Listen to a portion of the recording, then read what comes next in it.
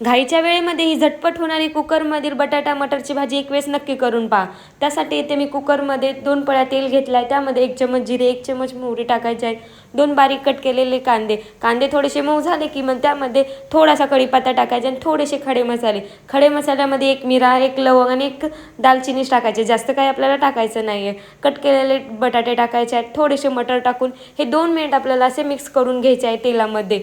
हे पहा, अशा प्रकारे मी 2 मिनिट असे मिक्स करून घेतले आहे. त्यानंतर कोथिंबीर, लसूण आणि आल्याची आपण पेस्ट टाकायची आहे. पेस्टची 2 मिनिटं अशी मिक्स करून त्यामध्ये मी 1 टमाट्याची प्युरी करून टाकली आहे आणि सर्व जे आपले घरचे मसाले आहेत ते सर्व टाकायचे आहेत. लाल तिखट तुमच्या आवडीनुसार तुम्ही कमी जास्त करू शकतात. खूप झटपट होते पण खाण्यासाठी अतिशय ही भाजी चविष्ट लागते.